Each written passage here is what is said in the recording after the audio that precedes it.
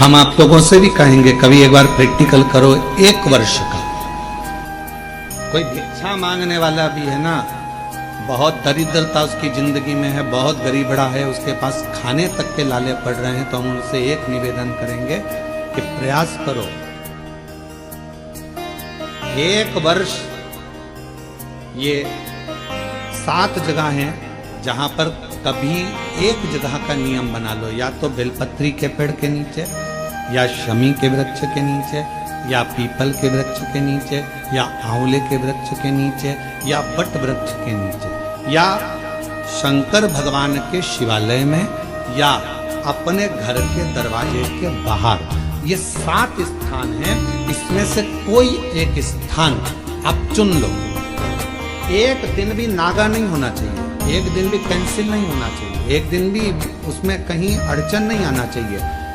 1 वर्ष ये 7 स्थान में से कोई एक स्थान पर 1 वर्ष तक रोज शाम के समय प्रदोष काल में दिया लगाना चालू करो। भले वो दिया 2 मिनट जले, पर प्रदोष काल में अगर तुमने एक जगह का भी नियम ले लिया 1 साल का, फिर हमको बताना कि मेरे कुबेरेश्वर बाबा ने तुम्हारे घर में संपदा की कमी तो नहीं रखी। वो भंडार भरने में कमी नहीं रखती। जैसे संध्या काल में लगाया गया दीप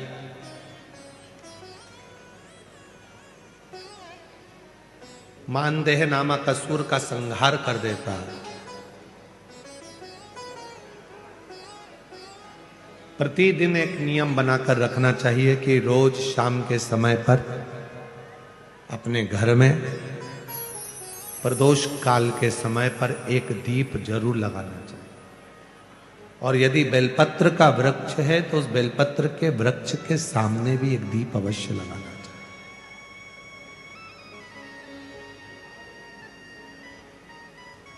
6 महीने में, 3 महीने में, 2 महीने में, 1 महीने में ऐसा नियम बनाया करो कि मुझे बेलपत्र की पूजन करना।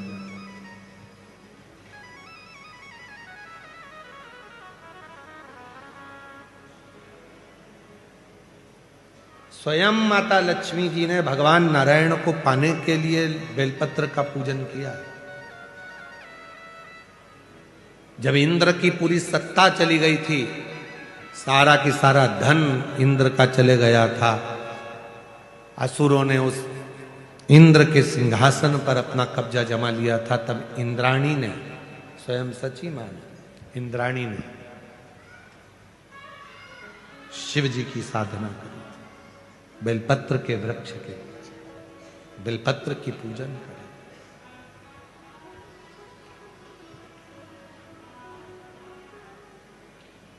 कभी दिल कर जाए तुम्हारा तो कभी महीने में, 1.5 महीने में, 2 महीने में बेलपत्र के पेड़ के नीचे जल लेकर बैठो।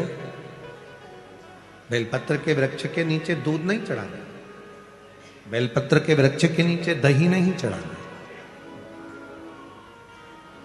शहद घी नहीं चढ़ाना। बेलपत्र के वृक्ष के नीचे जब आप बैठते हैं, बेलपत्र पूजन का एक विधान होता है कि जब हम बेलपत्र की पूजन करते हैं तो 2 कलश पानी के भरे हुए, एक अपने सीधे हाथ की और एक उल्टे हाथ की ओर रखा जाता है। पूजन की थाली बीच में रखी जाती है। 2 बत्ती का, लंबी बत्ती का, 2 बत्ती लंबी घी की जलाई जाती है। लंबी बत्ती बेलपत्र के वृक्ष के नीचे 2 बत्ती लंबी जोड़ा बनाकर उसको जलाया जाता है।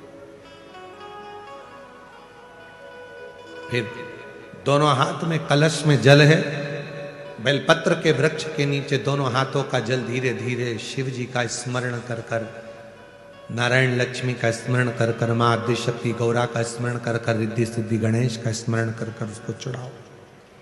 प्रार्थना करो, विनय करो, मेरे जीवन में बहुत कष्ट है, उसको मिटाना है आपको।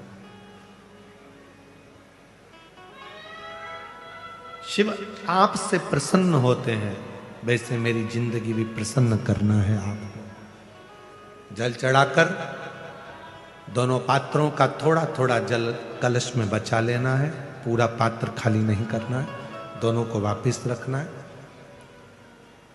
और थोड़ी सी हल्दी पीसी हुई शिव जी के उस बेलपत्र पर लगाएं, थोड़ा कुमकुम वो भी बेलपत्र पर लगाएं, 7 दाने अक्षत के, केवल 7 दाने अक्षत के बेलपत्र को छुआकर अपनी थाली में रख लें।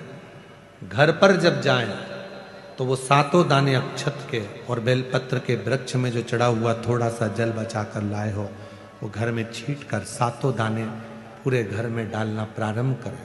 महीने में, 2 महीने में, 3 महीने में एक बार करिए। जीवन में किसी के आगे हाथ फैलाने की जरूरत नहीं पड़ेगी। इतनी संपदा बाबा, इतनी संपदा। बेलपत्र की महत्वता को लोग जानते नहीं है। एक प्रदोष की महत्वता, एक बेलपत्र की महत्वता। अभी हमने पहले भी कहा, एक कथा प्रदोष काल की रह गई है। एक बार हम दिल्ली बाच रहे थे पर वो पूरी नहीं हो पाई क्योंकि पानी आ गया था। हम प्रयास कर रहे हैं उस कथा को कुबेरेश्वर धाम पर, क्योंकि उसमें प्रदोष काल की कथा में टेंट नहीं लगता। वो प्रदोष काल की जो कथा होगी सीहोर कुबेरेश्वर धाम में, उसमें टेंट नहीं लगेगा, उसको खुले मैदान में बांचना पड़ता।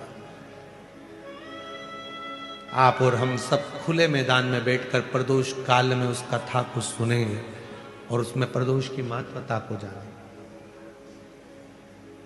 और हमारी तरफ से हम तो आज प्रकाश जी आपको भी, दीना भाभी जी आपको भी, दोनों को निमंत्रण दे रहे हैं। जब भी सीहोर में जब कथा हो प्रदोष काल की तो एक दिन कम से कम आप लोग आकर उस कथा की पूजन आपको भी करना रहे। प्रदोष काल की कथा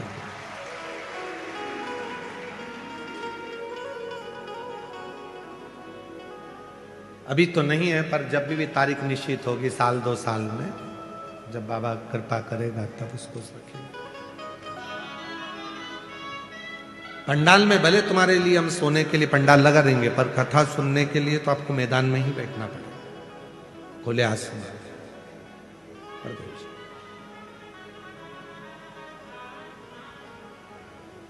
शिव तत्व को जान, बेलपत्र की महत्वता को जिसने जान लिया, आज लोग बेलपत्र को जान रहे हैं कि बेलपत्र खाने से शुगर, बीपी, थायराइड जैसी बीमारियां भी ठीक हो जाती हैं। उस बेलपत्र की महत्वता को जाने। और फिर निवेदन है, आपके शरीर में कष्ट है तो बेलपत्र का सेवन करो। रोज रोज बेलपत्र वैसे ही नहीं खाना। कई बार बेलपत्र खाने से मुंह में छार छारपन आ जाता है, कई बार मुख का स्वाद भी कम हो जाता है बेलपत्र खाने से। तो निवेदन है, रोज रोज ना खाइए, जब जरूरत है। और जरूरी नहीं कि आप 3 पत्ती यहां से जो बेलपत्र दी जाती है 7 दिन तक जो रोज एक बेलपत्र दी जाती है वो तो खाने के लिए दी जाती है, पर समापन के दिन की बेलपत्र तो खाने की नहीं रहती। उसको तो ले जाकर लोग लाल कपड़े में बांध अपने घर में रख देते हैं तिजोरी में। आखिरी दिन की बेलपत्र तो वैसे भी तिजोरी का भंडार के लिए होती है। तो जो बेलपत्र होती है, जरूरी नहीं कि तुम पूरी बेलपत्र खाओगे तो दवाई असर करेगी। बेलपत्र का अग्रण्य भाग का थोड़ा सा पत्र भी यदि हम पा लेते हैं, उसको ग्रहण करते हैं, तो वो भी उतना असर करता है। और रोज खाने की जरूरत नहीं है। रोज अगर शिव मंदिर जा रहे हो, शिवालय जा रहे हो, शंकर जी के मंदिर जा रहे हो, देवालय जा रहे हो, तो बेलपत्र लाओ, वहां से मना नहीं है। उसको इकट्ठा करो, एकाग्रित कर कर सुखा लो। सुखाकर रोज शिव जी की चढ़ी हुई बेलपत्र को सुखाकर फिर उसका चूरा बना लो। जब तुम्हें लगे कि शुगर गड़बड़ हो रही है, बीपी गड़बड़ हो रहा है, थायराइड गड़बड़ हो रहा है, तो एक चुटकी उसमें से लेके निगल लो, पानी पी लो। बाबा की कृपा से आधा घंटा, 1 घंटे में वो sugar, BP, thyroid sub level में आना प्रारंभ हो। उस बेलपत्र की महत्वता को जिसने जाना, कभी कुबेरेश्वर धाम जाओ तो कुबेरेश्वर बाबा के धाम पर जो 200-300 साल पुराना, जो 300 साल के ऊपर पुराना बट वृक्ष है, जहाँ बाबा बैठे हैं, बटकेश्वर महादेव, उसका दर्शन करो। उस पेड़ की छांव में बैठकर बाबा का मंत्र जाप करो। अभी अभी हमने थोड़ा सा उसको बंद कर दिया था, क्योंकि वहाँ बाबा के जोड़ा घूम रहा था तो वो शरीर पर चढ़ जाता था, इसलिए अभी स्थान पर वहाँ जाना थोड़ा बंद कर दिया था, पर पुनः वापिस उसको खोल दिया। बेलपत्र की वाटिका है छोटी सी, उस बेलपत्र की वाटिका के पास में बैठकर भगवान शिव का नाम उच्चारण करो,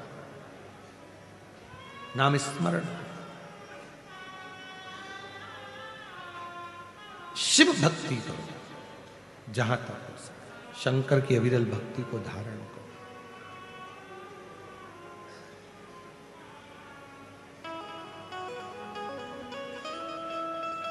शिव की साधना आराधना जीवन को सुख देती है। बेलपत्र का वृक्ष का पूजन अर्चना हमें आनंद प्रदान करती है।